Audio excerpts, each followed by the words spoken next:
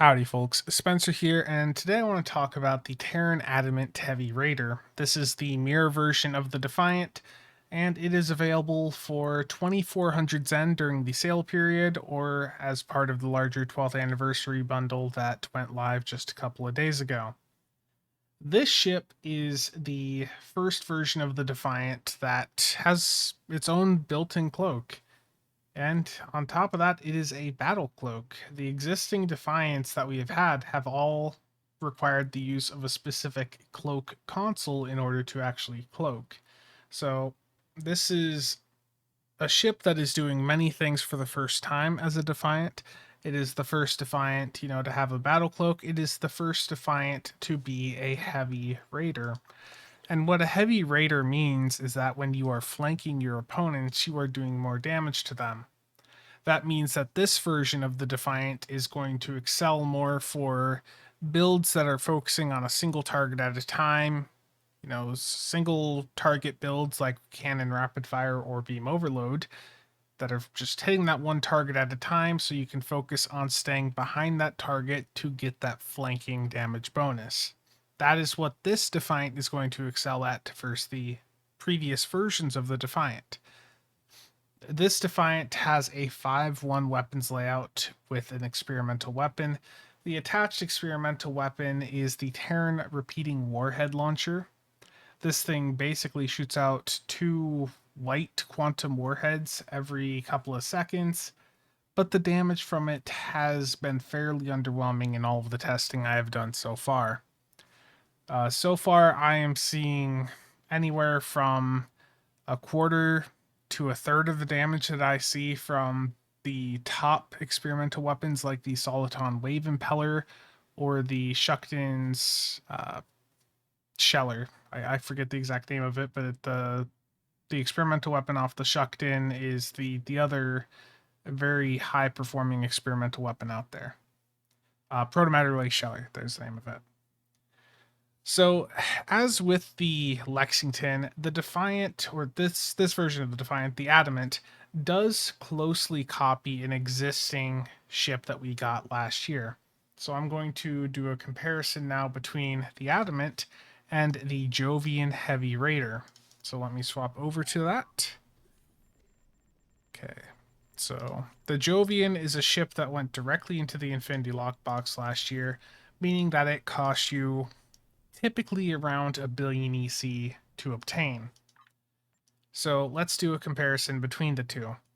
Both the Jovian and the new Adamant have a commander tack with intel. Both have an ensign universal. Both have 2 lieutenant commander universals, and both have a lieutenant universal with the secondary specialization on it. In the case of the Jovian, you have Miracle Worker, and in the case of the Adamant, you have Temporal Operative. Now, I know Miracle Worker is fairly popular, but I would say that the Adamant has the better secondary specialization here. Temporal has access to some very good unconventional systems triggers on it to help you get really fast cooldown reduction on your universal consoles. So in those 2 the ensign and lieutenant slots, you can slot Heisenberg amplifier and chronometric inversion field, and you will have much better cooldown reduction on your universal consoles. So it depends on, what type of build you're going for, but I think the Adamant very much wins out in this comparison. Now, while we're doing comparisons, let me pull up the legendary version of the Defiant. So I believe that's here. First up, let's compare what the ship's, build is.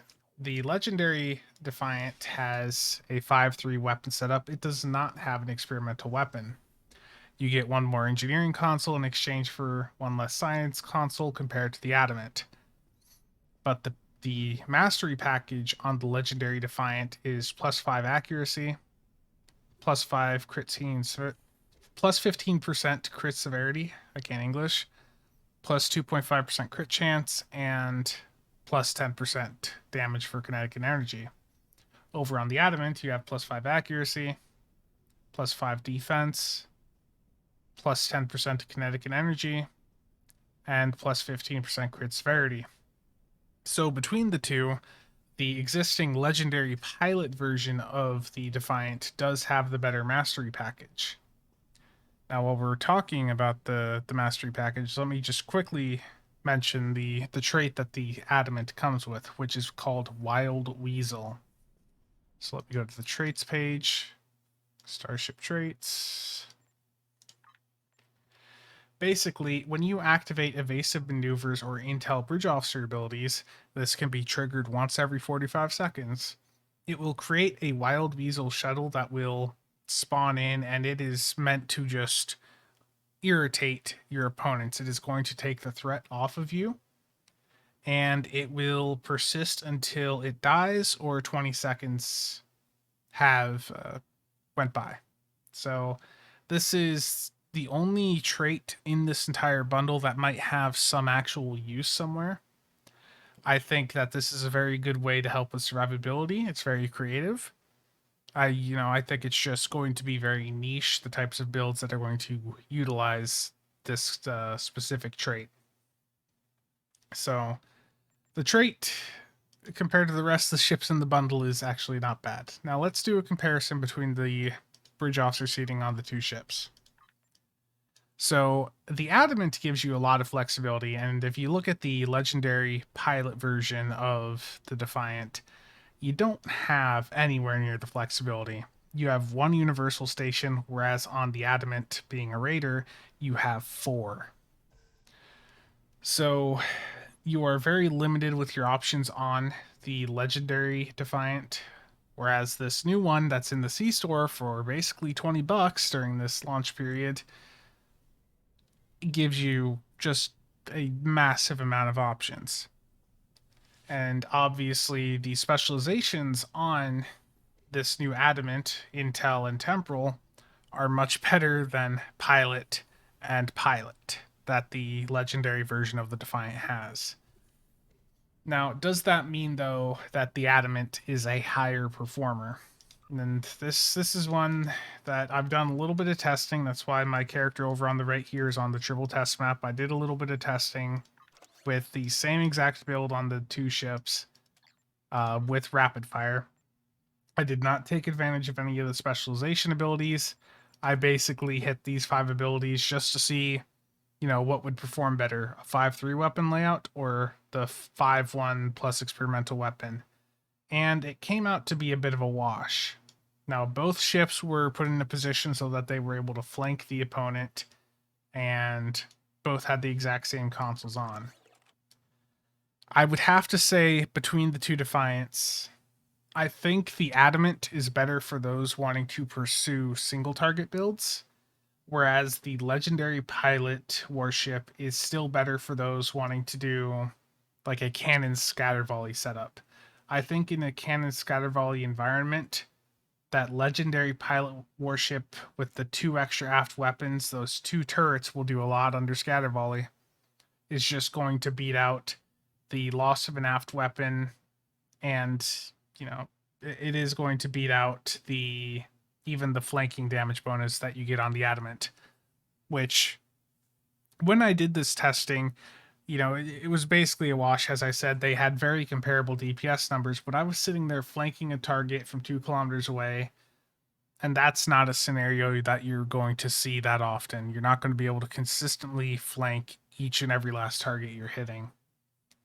So, as I said, the legendary pilot warship from the 10th anniversary bundle is still better for those of you that want to do scatter volley. But if you're interested in doing cannon rapid fire or beam overload, I would definitely take a look at the Adamant. Now, I do need to mention also, the appearance that I have on the Adamant here, if the window goes there. During the first day this ship was out, you could bug out the nacelles, so one would be different than the other. You can't do this anymore, so you have to use 2 of the same nacelles. So just keep that in mind. And also, these green things are the assimilated console. Let me disable that. But overall, I think the ship looks pretty good. If I let me hop back over to holodeck. I'm going to grab an Adamant on this character, and we're going to take a look at the customization options.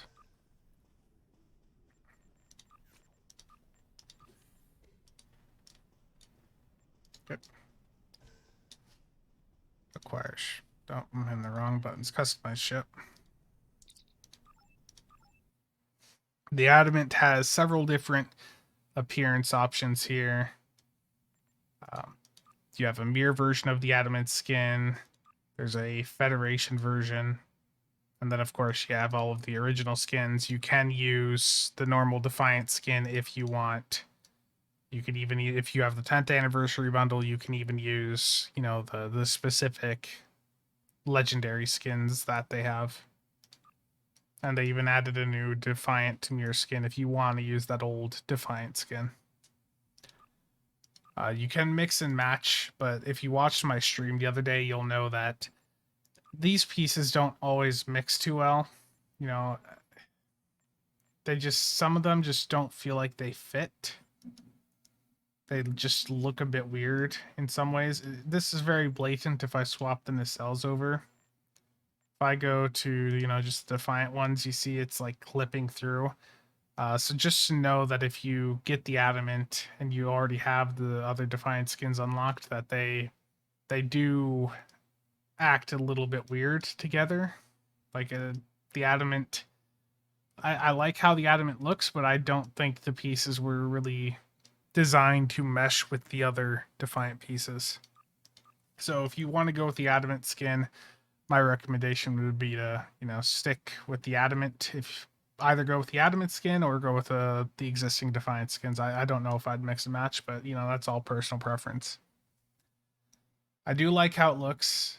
I think the ship looks really well, and I think it's hard for me to beat the old Defiant, though. I really like how the original Defiant looks. So I got a bit off track there. Let me get back on topic. It's the issue with live recordings, so you can go off topic like that. Overall, this ship is a better version of the Jovian Raider that we got in the Infinity Lockbox last year. That ship cost you 1 billion EC to unlock on a single character.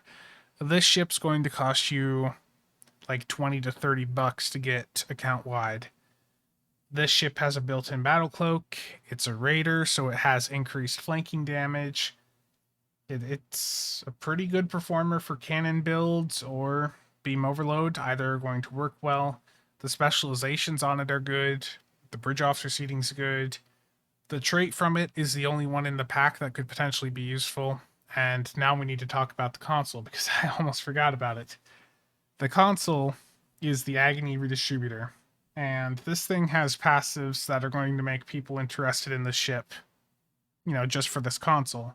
The passives give you plus 10 to your inertia rating, so that's going to help your ship slide less. That's going to be extremely good for cruisers and some of those slower moving ships out there. It's also got a passive on it for plus 17% to flight speed. So it's, you know, the passives alone are going to be huge for people. There's not a ton of sources in the game to get more inertia on your ship, and this is one of them. Now, the clicky on the console is one that is hard to say. Like, it's hard for me to say if this is going to be worth it or not for everyone. If you are a min-max player, if you're doing high-end, you know, record-setting runs, this console is absolutely a must-have. This console, hands down, is the best in the entire bundle from a min-max perspective. But it has, you know, some caveats. First up, you know, basically this console, to describe it to you all, it's an area of effect recursive shearing. What that means is that recursive shearing is an old ability from the temporal specialization where you would mark it on a target, it would take the amount of damage you did to that target over a couple of seconds, and it would give you like 30% of that at the end of that as just a bonus. And it wasn't just damage that you did, it was damage your entire team did to the target. So this is a console version of that will each second, it's up for it says on the tooltip that it's up for 15 seconds, but Bordicus has tweeted that the tooltip on it is wrong. It's only got 12 seconds duration and it only hits 10 foes, not 20. So this console, when you mark it on a target, will last for 12 seconds. Each of those 12 seconds, it will be looking each second at the target to see how much HP it has lost in the last second. And it will be taking 33% of that value and doing that to all nearby foes within 5 kilometers, up to 10 foes. So let's say if you hit that console and in one of those seconds you do 1,000,000 damage to the target. If there are 10 foes within 5 kilometers of that target, you're going to be doing 330,000 damage to each of those targets. And that means with 10 targets, you're doing 3.3 million damage for each million damage you do to the primary target. So that console is insanely powerful, but it relies on you having the ability to get a target down fast. So this console is going to excel really well for builds that have very high single target damage potential, like beam overload, rapid fire, or torpedo builds. I've seen some EPG builds also have very good use out of this, so I think there's a lot of high-end builds that are going to heavily benefit from it. But at a more casual level, I don't know how useful the console is going to be. You or your team have to be doing a lot of damage to the target to really get much out of this. So, it's really, you need to evaluate, before you buy the ship just for the console, are you doing content where you or people you play with regularly are doing a lot of damage to a single target or not? Like, if you put this on a fire at will build, it's not going to do much. But if you put it on a beam overload build, there's potential that if you hit it on the right target and that target has enough things around it, that you're going to get a fair bit of damage out of it. If you're in a tort build and you're doing elite content, well, tort builds excel at single target damage potential. That's really what they are king at.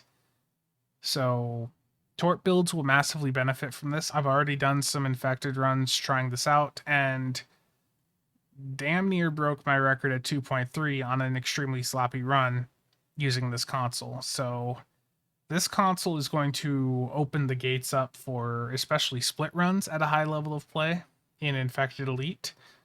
It's not that this console is directly overpowered, it's just that with how it works, certain builds are going to be able to take advantage of it, and in environments like Infected, in those highly coordinated runs, the people are going to be able to take advantage of that to an extreme level. But that is, how many things work. That's why those records happen at all, is because there's already a lot of coordination and things going into those runs. But before I get too off track here, I think this console at a high level of play is going to open up a few new possibilities. I think it's going to make split runs in Infected very doable. We've already done some testing, and if we don't see at least 2.6 to 2.7 million broke in the next couple of days, I will be surprised, because we've already had some test runs that were pretty nuts. Let's now just go back through, recap everything. The console on this ship is insanely powerful with certain build types, specifically single target focus ones. The trait is okay. It's situationally useful. Not everyone's going to use it. Not everyone should use it. But there are going to be scenarios where the trait is going to give you that extra bit of survivability you need to get through the content. The ship itself is a very solid performer. Compared to the, existing Defiance, it is the best option, I would say, for single target builds. But I do think that the legendary pilot version of the Defiant will still win out for Cannon Scatter Volley. The trait, once again, is their key takeaway here. And overall, or the console is the key takeaway here. But overall, I think that this ship is worth the 20 to 30 bucks. I think it beats the lockbox version we got last year, basically, with the Jovian. It's a very good ship. If you have the money, buy it. If you have enough money, just buy the entire bundle, honestly. This is probably the only bundle that beats this bundle is the 10th anniversary bundle. And with the Zen charge bonus, it's like $100 right now. So I know that's a lot, but you can get just the ship if you want. And if you have a T6 coupon, you can also use that T6 coupon to acquire this ship. But that is it for today. Stop back tomorrow for a review on the Trailblazer and Monday for a review on the Cygnus. Thanks for watching. See you all next time.